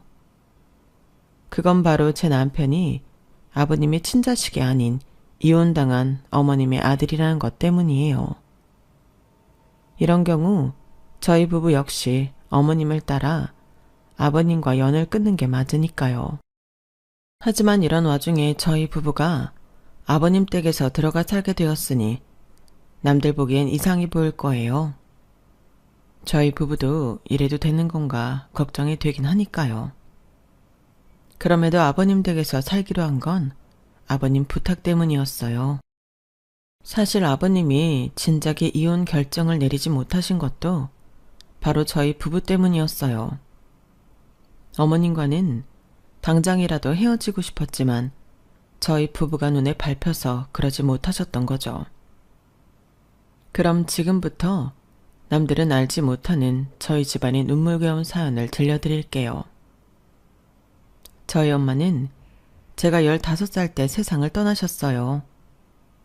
그리고 1년도 채 안 돼서 아빠는 재혼을 하셨는데 그 상대가 저희 엄마 친구였어요. 제가 어릴 때부터 영주 이모라고 부르던 사람이었죠. 새엄마는 저희 엄마와는 한 고향에서 나고 자라 국민학교부터 중고등학교를 함께 다닌 친구 사이로 흔한 말로 베프라고 부를 정도로 가까운 사이였어요. 그런 사람이 친구가 죽자마자 친구 남편과 재혼을 했다는 건 누가 봐도 의심을 할 만한 상황이었죠. 실제로 새엄마는 저희 엄마가 세상을 떠나시기 전부터 저희 아빠랑 남몰래 만남을 갖곤 했어요. 저희 엄마와 저한테는 비밀로 한 채 말이죠. 제가 그런 사실을 알게 된 건 아빠가 새엄마와 재혼을 한 뒤였어요. 새엄마한테는 아들이 하나 있었는데 그 오빠가 입이 좀 가벼운 편이었어요. 아빠가 재혼을 하고 새엄마와 함께 저희 집에 들어와 살게 된 오빠는 그동안 제가 몰랐던 사실을 제게 고스란히 고자질해 주었어요. 야, 우리 엄마랑 너희 아빠 언제부터 사귀었는지 알아? 5년도 넘었어. 원래 너희 아빠가 니네 엄마랑 이혼하고 우리 엄마랑 재혼할 생각이었거든. 근데 너희 엄마가 암에 걸렸다고 하니까 보험금 욕심에 이혼도 미루고 기다렸던 거야. 넌 그거 몰랐지. 그러니까 나한테 잘해. 이 집에서 네 편 들어줄 사람 아무도 없으니까. 막말로 나랑 네가 싸우면 네 아빠가 누구 편 들어줄 것 같아? 당연히 내 편 들어줄 거라고. 왠지 알아? 너희 아빠는 너랑 네 엄마한테 정 떨어진 지 오래거든. 저보다 2살이나 나이가 많았지만 철딱서니가 없었던 오빠는 마음 내키는 대로 짓거렸어요. 그럼에도 불구하고 오빠한테 대들지 못했던 건 새엄마 때문이에요. 제가 오빠랑 말다툼이라도 하면 오히려 모든 걸 제 탓으로 돌리고 저를 이상한 애로 만들어버렸거든요. 새엄마는 저희 집에 들어와 살기 시작하면서부터 저를 눈엣 가시처럼 생각했어요. 어떻게든 저를 내쫓기 위해 말도 안 되는 이간질로 아빠와 제 사이가 멀어지게 한 거는 물론이고 저를 문제아이인 것처럼 만들어버렸어요. 제가 학교 성적은 별로였지만 교우관계도 무난하고 나쁜 짓도 안 하는 평범한 학생이었는데 하루아침에 저를 도벽의 폭력적인 아이로 만들어버린 거예요. 제가 원치 않는데도 제게 자기 목걸이를 줘놓곤 아빠 앞에선 저를 도둑으로 몰더라고요. 아빠가 불처럼 화를 내자 옆에서 눈물까지 짜며 저를 감싸는 첫 생쇼를 하는데 와, 그 행동이 너무 역겨워서 하마터면 토할 뻔했다니까요. 여보, 혜민이를 용서해 주세요. 엄마 잃고 정신적으로 얼마나 혼란이 왔겠어요. 그런 불안한 마음에 도벽이 생긴 건데 부모님 입장으로 감싸줘야죠. 혜민이를 때리실 거면 차라리 나를 때려주세요. 혜민이는 인정하지 않지만 그래도 나는 혜민이를 내 딸이라고 생각하니까요. 자식을 잘못 키운 내 탓이다 생각하고 내가 맞을게요. 아니, 당신이 무슨 죄가 있다고 내가 당신을 때려. 그리고 애교육을 잘못한 거면 죽은 혜민이 엄마 탓이지 왜 당신 탓이냐고. 사람이 이렇게 착하기만 해서 세상을 어떻게 살아가려고 그래? 혜민이 너 당장 엄마한테 잘못했다고 빌지 못해? 너 때문에 엄마가 이렇게까지 마음을 써주는데 미안하지도 않아. 당장 엄마한테 빌어. 참, 어이가 없어서 내가 하지도 않은 일을 가지고 꾸며놓고 그것도 모자라 생쇼까지 하는데 이런 사람한테 빌라니 정말 어이가 없었어요. 모든 게 새엄마가 꾸민 짓이라고 아무리 항변을 해도 아빠는 제 말을 들을 생각조차 하지 않았어요. 당시 아빠한테는 저라는 존재는 아예 없는 것 같았어요. 그날 저는 끝까지 새엄마한테 사과하지 않았고 그 일로 한동안 용돈이 끊겼어요. 차비가 없어서 학교까지 걸어 다녀야 했지만 그래도 마음은 편했어요. 이런 일들은 이후에도 수없이 벌어졌고 그러는 사이 저는 집안에서 문제아로 낙인 찍혀버렸죠. 새엄마는 자기 아들한테는 학원에 개인 과외까지 아낌없이 지원을 해주었지만 저한테는 그 어떤 것도 해주지 않았어요. 제 성적이 안 좋았던 게 꼭 그것 때문이라고는 할 수 없지만요. 집안에서 어디에도 마음 둘 곳이 없었던 만큼 저는 학교에서도 마음을 붙이지 못했어요. 내 인생은 우울하고 엉망진창으로 망가져 있는데 부모 사랑받으며 행복하게 사는 친구들을 보면 자꾸 화가 나고 나와 비교를 하게 되는 게 싫어서 친구들과도 점점 거리를 두게 되었거든요. 그러다가 저랑 비슷한 처지인 친구들과 어울리게 되었는데 소위 말하는 비행 청소년들이었죠. 요르르 몰려다니면서 돈을 뺏고 모여서 담배를 피우고 술도 마시는 아이들이요. 저는 담배도 피울 줄 모르고 술도 마셔본 적 없었지만 그 무리에 들어가기 위해서는 뭐라도 해야 했어요. 그래서 하루는 애들과 함께 하굣길에 자리를 잡고 저희 또래 아이한테 돈을 뺏으려고 했는데 그때 운명적인 만남을 갖게 된 거예요. 바로 미래의 제 남편을 만나게 된 거죠. 당시 남편은 저랑 같은 고등학교 1학년 학생으로 저와는 동갑이었어요. 학교 수업을 마치고 혼자 집에 가다가 저희 무리와 마주치고 만 거였죠. 남편을 으슥한 골목으로 끌고 온 저희 무리는 갖은 욕설을 퍼부어가며 공포스러운 분위기를 조성했어요. 이 정도 하면 어지간한 학생들은 있는 돈 없는 돈 다 털어주고 갈 텐데 남편은 눈 하나 깜빡 안 하고 버티더라고요. 결국 참다 못한 저희 쪽 오빠 하나가 남편한테 주먹을 휘둘렀는데 순식간에 남편한테 제압을 당해버렸지 뭐예요. 마치 영화 속 한 장면처럼 남편은 정광석화처럼 달려들어 오빠의 멱살을 쥐고는 공중에서 한 바퀴 크게 휘돌려 바닥에 내리꽂았어요. 올림픽에서나 볼 법한 유도 한판승 장면이었죠. 순간 저희 쪽 아이들은 얼굴에서 웃음기가 싹 빠졌고 슬금슬금 도망갈 틈을 보고 있었어요. 그걸 본 남편이 그러더라고요. 세상에서 제일 비겁한 게 뭔지 알아? 자기보다 약해 보이는 사람을 괴롭히는 거야. 우르르 떼로 몰려다니면서 뭐라도 된 것처럼 웃으드니까 좋냐? 그래봤자 니들은 루저일 뿐이야.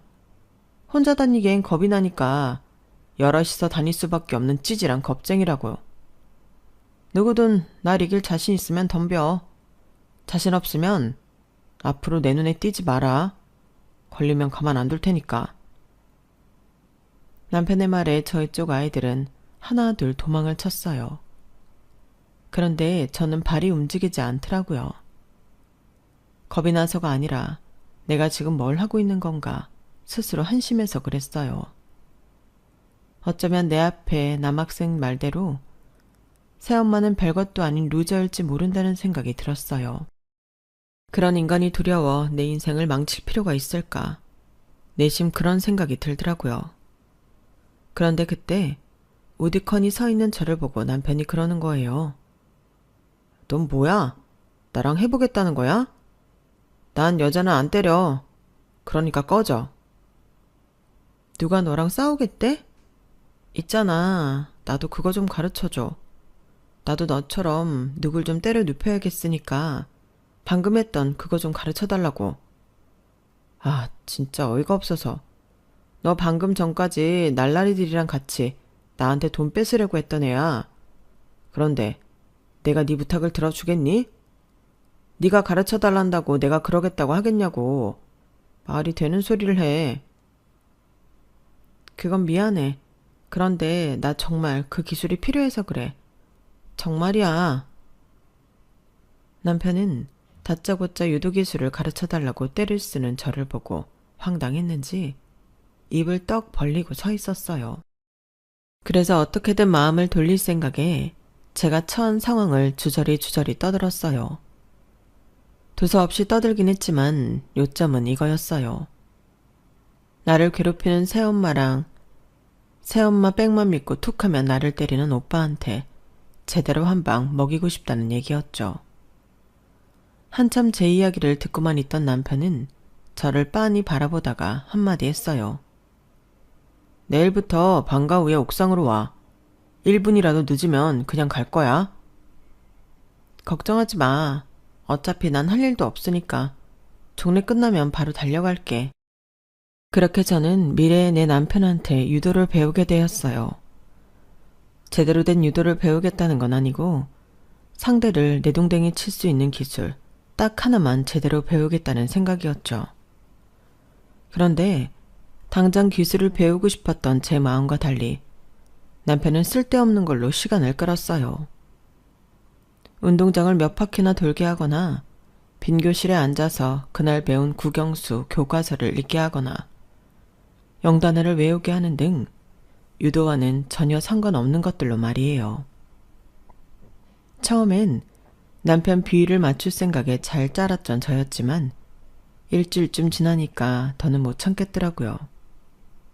그래서 한마디 했더니 남편이 그러는 거 있죠. 너 바보냐? 네가 니네 새엄마를 매칙으로 넘긴다고 뭐가 달라지겠어. 네 새오빠한테 한판승 딴다고 네 인생이 뭐가 달라지겠냐고. 진짜 네가 그 사람들한테 한 방 먹이고 싶다면 좀 더 확실한 걸로 준비하란 말이야. 새오빠보다 좋은 대학에 들어가거나 네 힘으로 온전히 살아갈 수 있는 직업을 갖거나 그것도 아니면 니네 새엄마처럼 돈 있는 남자 만나 인생 역전이라도 하라고. 이게 유도기술 하나 배우는 것보다 너한테 더 필요한 한 방이 될 테니까. 네가 원한다면 내가 도와줄게. 다른 건 몰라도 좋은 대학 갈 수 있게 도와줄 수는 있으니까. 어때? 나랑 공부해 볼래? 야, 너 웃긴다. 네가 1타 강사라도 되냐? 무슨 수로 나를 대학에 보내준다 만다 그래. 어이가 없어서 정말. 네가 전교 1, 2등 하냐? 그 정도 되냐고. 그 정도 아니면 나대지 마. 그러자 남편이 피식 웃으면서 그러더라고요. 지금까지는 전교 1등 놓쳐본 적 없어. 그럼 이제 나랑 공부할 거야? 그냥 해본 소리였는데 정말 전교 1등일 줄이야. 순간 저는 할 말을 잃었어요. 그리곤 바로 한숨이 나더라고요. 남편 말이 하나도 틀린 게 없었거든요. 유도 기술 좀 배운다고 내 인생이 달라질 건 하나도 없고 그렇다고 손 놓고 살자니 속이 끓어서 제 성질에 제가 미칠 것 같았거든요. 나를 만든 친부모도 손 놓고 있는 상황에 저를 도와주겠다고 나선 남편이 고맙기도 해서 그냥 공부를 하기로 했어요. 그렇게 남편과 함께 공부를 하면서 알게 된 건데 남편도 부모님 이혼으로 한동안 방황을 했더라고요. 그러다가 엄마가 재혼을 하시면서 새아빠를 만나게 됐는데 그분이 참 좋은 분이셔서 덕분에 마음을 잡고 공부를 하게 됐다고요. 저와 처지가 비슷한 부분이 있어서 그랬는지 남편은 제게 신경을 많이 써줬어요. 전교 1등이 반에서 중간도 안 되는 성적을 가진 친구를 위해 자기 시간을 빼가며 공부를 가르쳐주다니 말도 안 되는 일이잖아요. 남편 부모님이 아시면 난리가 날 일이었죠. 그렇게 한동안 남편한테 따로 공부를 배우다가 몇 달 지나고부터는 남편과 함께 과외를 하게 됐어요. 제가 아빠한테 직접 과외비를 받아냈거든요. 돈이 없으면 몰라도 자식이 공부하겠다고 과외시켜달라는데 안 된다고 할 부모가 어디 있겠어요. 그랬더니 새엄마가 애들 공부는 자기가 알아서 시킬 텐데 직접 제 과외비를 내줬다고 아빠한테 난리를 치지 뭐예요. 그래서 이번에도 틀렸구나 생각하던 그때 아빠가 그러더라고요. 애가 모처럼 공부하겠다고 하는데 과외를 당신을 통해서 하든 나를 통해서 하든 뭐가 중요해? 뭐로 가든 서울로만 가면 되지. 그러니 이번 일은 더 따지지 말고 그냥 넘어갑시다. 생각지도 않게 아빠가 강하게 나오자 새엄마도 더는 뭐라고 하지 못했어요. 어디까지나 돈을 쥔 사람은 저희 아빠였으니까요. 그렇게 저는 남편과 함께 남편네 집에서 과외 수업을 받게 되었지만 워낙 성적 차이가 심해서 진도는 따로 나갈 수밖에 없었어요. 그러다가 2학년 2학기부터는 같이 진도를 나갈 수 있었죠. 그 사이 제 성적이 많이 올랐거든요. 새엄마 아들이 엄청난 돈을 학원비와 과외비로 쓰고도 대학에 떨어져 재수를 하는 판에 제 성적이 전교 20등 안까지 올라가자 새엄마는 초조해했어요. 혹시라도 자기 아들이 이번에도 대학에 떨어지고 반대로 저만 대학에 붙으면 어쩌나 걱정이 됐는지 오빠를 유학 보낼 준비를 하더라고요. 그런데 아빠가 허락을 안 하시는 거예요. 한국에서도 대학에 못 갈 정도면 돈 들여가며 유학까지 보낼 필요가 없다면서요.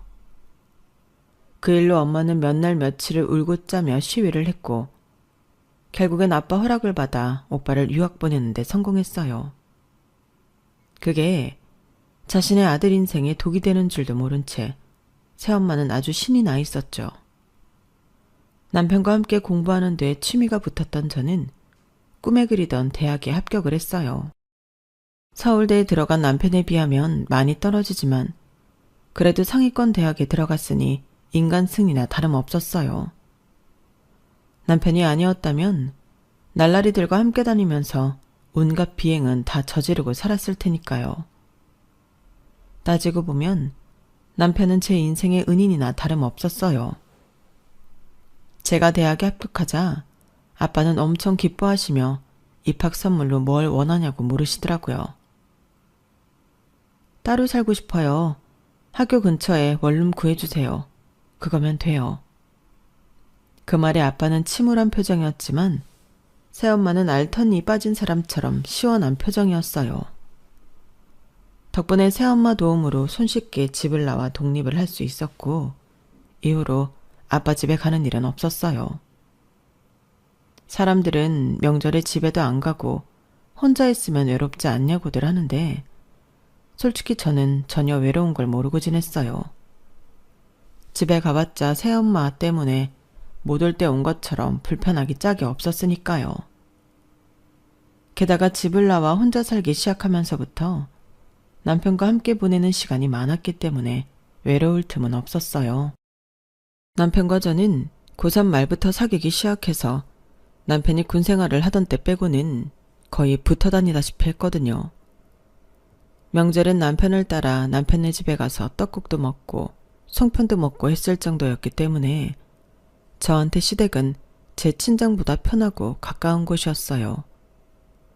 그건 결혼을 한 뒤에도 마찬가지였어요.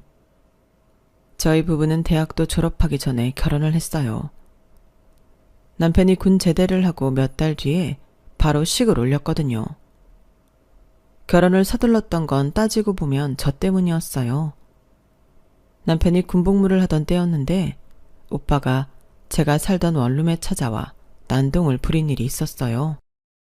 미국에서 돈만 주면 누구나 들어가는 대학에 다니던 오빠는 흥청망청 돈을 쓰며 방탕하게 살고 있었는데 한 번은 방학을 맞아 한국에 들어왔다가 일이 난 거예요. 이 인간이 캐리어에 약을 숨겨왔던 거 있죠. 오빠는 정신과 치료제라고 우겼나 보던데 우리나라 경찰이 그런 말에 쉽게 넘어가나요? 수입도 안 되는 금지 약물을 허가도 없이 들여왔으니 당연히 약은 압수되고 오빠는 경찰 수사까지 받게 되었고 그 일로 아빠는 오빠에 대한 모든 지원을 끊으셨어요. 당연히 새엄마는 울고불고 난리를 쳤지만 이번만큼은 아빠도 쉽게 넘어가지 않았던가 봐요. 혹시라도 새엄마가 오빠한테 돈을 줄까봐 아빠는 생활비까지 모조리 끊어버리자 돈줄이 끊긴 오빠가 저를 찾아온 거예요. 술에 취한 건지 약에 취한 건지 정신이 반쯤 나간 오빠는 저희 집 살림을 부수고 난동을 부렸고 그 바람에 신고를 받고 온 경찰한테 끌려가고 말았어요. 그때까지만 해도 저는 오빠가 어떤 상태인지 몰랐기 때문에 하룻밤 정도 파출소에 잡혀있다가 훈방조치 되겠거니 했는데 마약 사범으로 잡혀 들어갔다고 하지 뭐예요. 새엄마는 이게 다 저 때문이라며 어떻게 지 오빠를 경찰에 신고하냐며 길길이 날뛰었어요. 그런데 그런 엄마를 보고 아빠가 평소와 다른 반응을 보이신 거예요. 이 여자가 지금 누구 탓을 하는 거야? 약에 취해 정신도 온전치 않은 놈이 내 딸 집에 찾아가 난동을 부렸는데 그게 어떻게 혜민이 탓이냐고. 능력도 없는 게 방탕하게 살아온 당신 아들 탓을 해야지. 아니, 당신 무슨 말이 그래요? 혜민이는 당신 딸이고 우리 승준이는 내 아들이기만 하단 말이에요? 말해봐요. 그런 거냐고요? 말이 났으니 말인데 승준이가 온전히 내 자식은 아니잖아. 내 피가 섞인 자식은 엄연히 혜민이 뿐이라고. 시련이 닥쳐봐야 내 편인지 아닌지가 가려진다고 하더니 오빠 문제가 터지자마자 부모님은 서로 상대 탓을 하며 분열되고 말았어요. 그 모습을 지켜보면서 그런 생각이 들더라고요. 진작에 남편 말 듣고 공부하기 잘했다고요. 이렇게 형편없는 사람들 때문에 내 인생을 망쳐가며 일탈을 했더라면 얼마나 억울했을까 하는 생각이 들었거든요. 오빠가 약에 취해 내 원룸에 찾아와 난동을 부린 얘기를 들은 남편은 제 걱정이 됐는지 제대하자마자 결혼 얘기를 꺼냈어요. 그리고 몇 달 뒤 번갯불에 콩 구워 먹듯 바로 식을 올리게 되었죠. 제 결혼식에는 새엄마와 오빠는 오지 않았어요. 정확히는 그럴 이유가 없었어요. 아빠가 새엄마와 이혼을 했으니까요. 결혼식 날 아빠는 처음으로 제게 사과를 하셨어요. 여자한테 눈이 멀어서 저랑 저희 엄마한테 몹쓸 짓을 했다고 말이죠. 비록 아빠는 뼈아픈 반성을 하셨지만 그런다고 이제 와서 아빠를 받아줄 만큼 제가 마음이 넓은 사람은 아니에요. 지금도 저희 아빠한테 연락이 오기 전에는 제가 먼저 연락을 하는 일이 없을 정도니까요. 남들보다 일찍 결혼 생활을 시작한 저희 부부는 그래서인지 많은 순간을 함께 겪으며 지냈어요. 게다가 고등학생 때부터 함께 지내온 시간이 많아서 그런지 부부라기보다는 그냥 가족 같은 느낌이었어요. 함께 있는 게 당연하게 느껴질 정도로요. 그래서 시부모님을 대할 때도 어렵다기보다는 그냥 내 친구 부모님처럼 편하게 느껴지곤 했죠. 특히 아버님은 저희 아빠보다도 더 제게 아빠 같은 분이었어요. 남편이 군대에 있을 때는 아버님과 둘이 동네 치킨집에 가서 치맥도 하고 심지어 야구장도 같이 다니곤 했어요. 야구장에서 마시는 맥주가 그렇게 맛있다는 걸 아버님 덕분에 알 수 있었죠. 남편의 빈자리를 채워주시려 바쁜 와중에도 일부러 시간을 내주시는 아버님 덕분에 시부모님과 함께 사는 게 생각만큼 힘들거나 불편하지는 않았어요. 물론 시어머니는 조금 어렵긴 했지만요. 결혼 전에는 그저 친한 친구 엄마로 생각했기 때문에 깊게 생각하지 않았던 부분들이 고부지간이 되고 나니 하나둘 보이기 시작했거든요. 몰랐는데 저희 어머님이 꽤나 사치가 심한 분이시더라고요. 게다가 돈에 대한 욕심이 있으셔서 아버님 모르게 주식 투자도 꽤 하시는 것 같았어요. 저는 따로 주식 투자를 하지는 않지만 저희 어머님의 투자 방식이 많이 위험하다는 정도는 알 수 있었어요. 어디서 그런 정보를 얻어오시는지 모르겠지만 분석에 따른 투자가 아니라 말 그대로 투기성 투자를 주로 하시더라고요. 그래서 어머님께 그런 식으로 주식 투자를 하시면 위험하다고 말씀드렸는데 그 말이 기분 나쁘셨던가 봐요. 예, 어디서 건방지게 시어머니 하는 일에 훈계를 하니? 네가 주식에 대해 알면 얼마나 안다고 그러냐고. 어머님, 제 말이 기분 나쁘셨다면 죄송해요. 다만 제가 강의 시간에 배우기론 그런 식의 투자는. 그러자 어머님은 제 말을 뚝 자르며 화를 내셨어요. 어머머? 야, 네가 경영학과를 다닌다고 뭐가 되는 줄 아는 모양인데 그래봤자 대학생일 뿐이야. 내가 주식 투자를 하루 이틀 해온 줄 아니? 너 따위 애송이한테 찬소리 들을 사람 아니라고. 내 아들이 하도 부탁하길래 불쌍한 거 집에 들였더니 아주 어른 상투를 잡으려 드네. 건방 떨지 말고 네 할 일이나 해. 별것도 아는 게 어디서 까불어. 그날 제가 보았던 어머님은 그동안 제가 알던 어머님과는 달라 보였어요. 그리고 그 모습이 어머님의 진짜 모습이라는 걸 알기까지는 그리 오랜 시간이 걸리지 않았죠. 남편이 군에서 제대를 하고 저희는 집을 얻어 나가기로 했어요. 아버님이 근처에 마땅한 아파트가 나왔다며 사주겠다고 하셨거든요. 평수가 좀 작기는 하지만 이걸 시작으로 니들이 차차 넓혀가며 살도록 해라. 뭐든 니들 손으로 직접 이뤄야 더 값진 게 아니겠니? 아버님은 그렇게 말씀하셨지만 저희 입장에서는 전셋집만 구해주셔도 감지덕지라고 생각했어요. 저희 부부가 대학생만 아니었다면 우리 힘으로 시작해야 했던 거니까요. 그래서 18평 아파트도 충분히 만족했어요. 아니, 오히려 다행이라고 하는 게 맞겠네요. 집이 커도 저희한테는 문제였거든요. 집이 크면 클수록 안에 채워야 할 살림도 늘어나니까요. 아버님이 집을 해주셨으니 혼수는 여자 쪽에서 맡아야 하잖아요. 그런 면에서 저는 한시름 놓을 수 있었어요. 다행히 적당한 규모의 집이라서 혼수 비용은 부족하지 않았거든요. 혼수는 제가 살던 원룸 보증금과 결혼식 올릴 때 아빠가 주신 축의금이 있어서 그걸로 채우기로 했어요. 그런데 어머님이 그 얘기를 들으시곤 엄청 화를 내시는 거예요. 넌 생각이 있는 애니 없는 애니? 아니 겉보다 그 머리로 어떻게 대학은 간 거냐?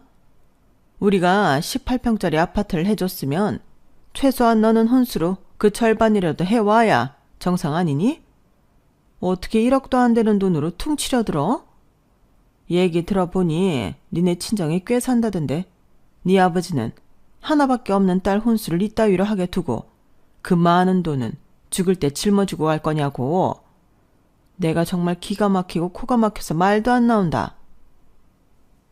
제가 평소 어머님에 대해 좋은 감정이 없는 건 사실이지만 이때만큼은 어머님 말씀이 틀리지 않다고 생각했어요.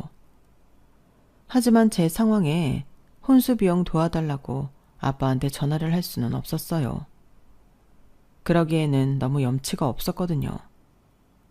그렇다고 어머님께 저희 집 상황을 시시콜콜 전하고 싶지도 않았어요. 죄송합니다. 대신 제가 진석이보다 먼저 사회생활을 하게 되니까 생활비는 제가 감당하겠습니다. 예, 그건 당연한 거야. 니들이 결혼한 순간부터 부모 손을 떠난 건데 그럼 생활비도 우리한테 받으려고 한 거니? 너 정말 뻔뻔하게 그지 없구나. 세상에 우리 진석이는 대체 뭘 보고 너 같은 애랑 결혼한 건지 모르겠다. 제가 무슨 말을 해도 어머님 화를 누그러뜨릴 수는 없었어요. 그래서 살면서 내가 잘하는 수밖에 없겠다고 생각했어요.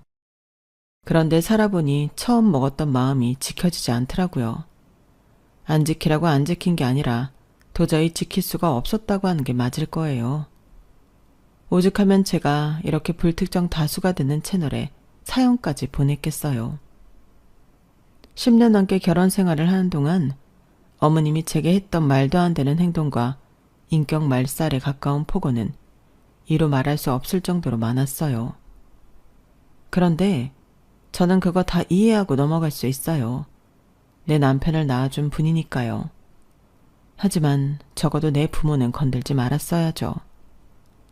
제가 아빠하고 연락을 않고 살았기 때문에 뒤늦게 알게 된 건 내 잘못이지만 그래도 이러면 안 되는 거잖아요. 제가 결혼하고 취업과 출산을 이어가면서 솔직히 아빠 걱정까지 할 겨를이 없었어요. 내 가정을 챙기는 것만으로도 벅찬 일이었으니까요. 그러다가 아빠가 병원에 입원하셨다는 소식을 듣고 부랴부랴 병원으로 달려갔는데 막상 가보니 너무도 멀쩡하시더라고요. 어디가 아파서 입원을 하신 게 아니라 건강검진을 받으려고 하루 전에 입원을 하신 거더라고요. 그런데 아빠가 뜬금없이 저희 집 선산 얘기를 하시는 거예요. 혹시 아버님이 무슨 말씀 안 하시냐면서요. 선산 얘기는 들은 적 없어요. 그런데 갑자기 그건 왜요? 내가 이런 말을 해도 되는지 모르겠는데 실은 안 써돈이 작년 이맘때 선산 땅 문서를 맡기고 돈을 빌려갔단다. 사돈 회사에 문제가 생겨서 급전이 필요하다길래 빌려주긴 했는데 그 이후로 연락이 통 없어서 말이다. 남의 집 선산 문서를 계속 쥐고 있기도 그렇고 해서 말이야. 아빠, 그게 무슨 소리예요? 아버님 회사 정리한 지가 언젠데 회사에 무슨 문제가 생겨요? 문제가 생겨도 우리하고는 아무런 관련이 없는걸요. 그나저나 어머님한테 얼마나 빌려주셨어요?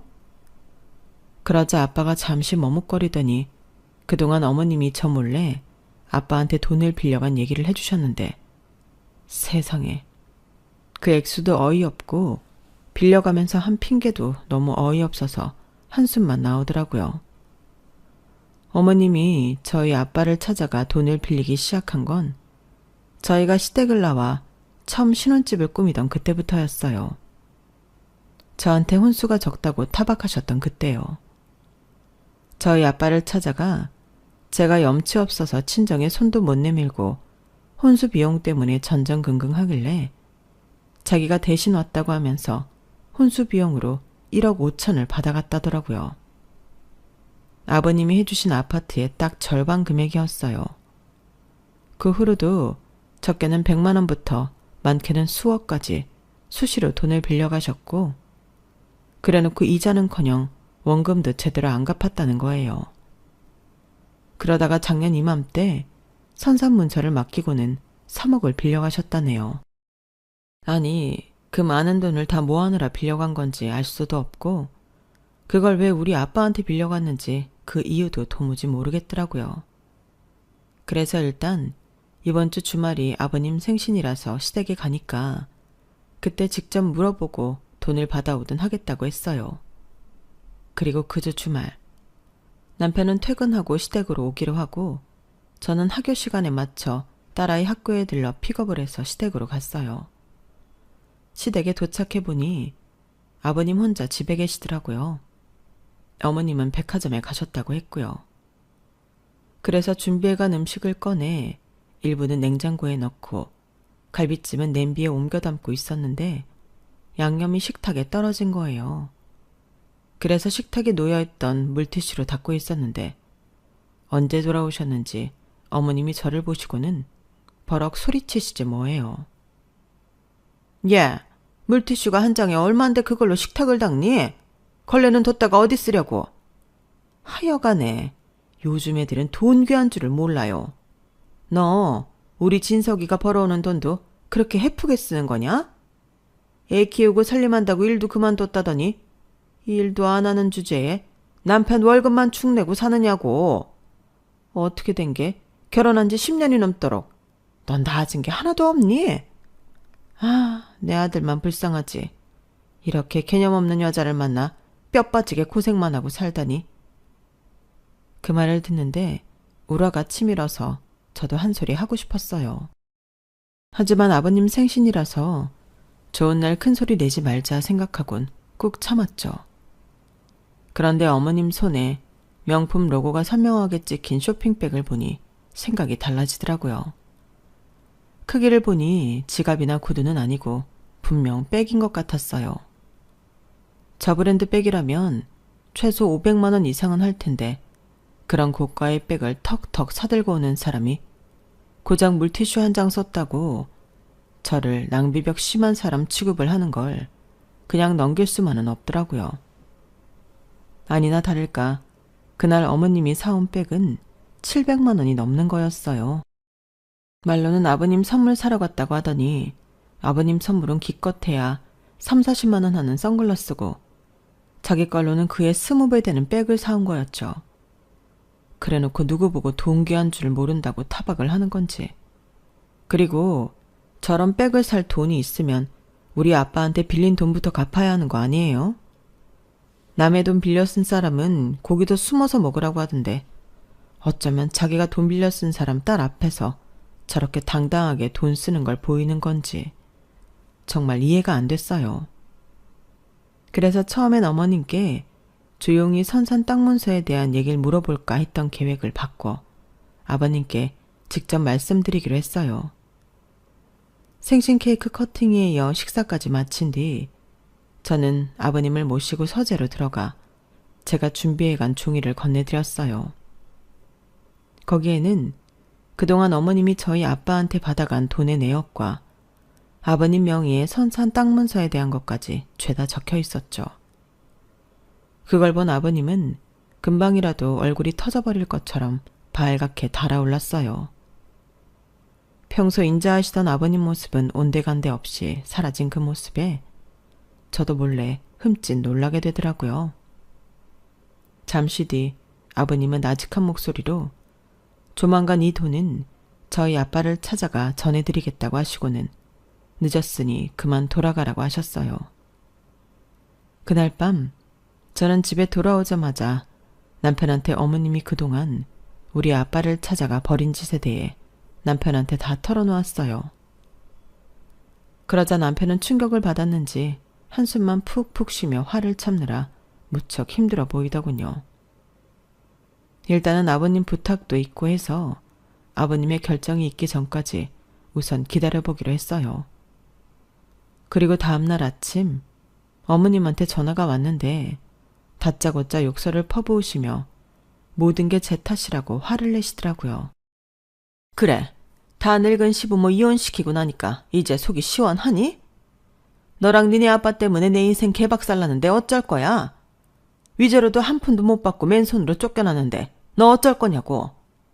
당장 네 시아버지 찾아가서 이혼 못하게 말려.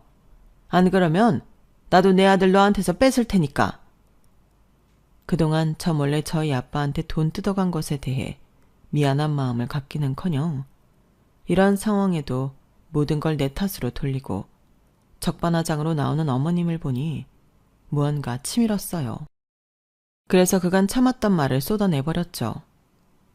어머님은 끝까지 남의 탓을 하시네요. 어머님이 왜 이혼을 당했는지 정말 몰라서 그러세요?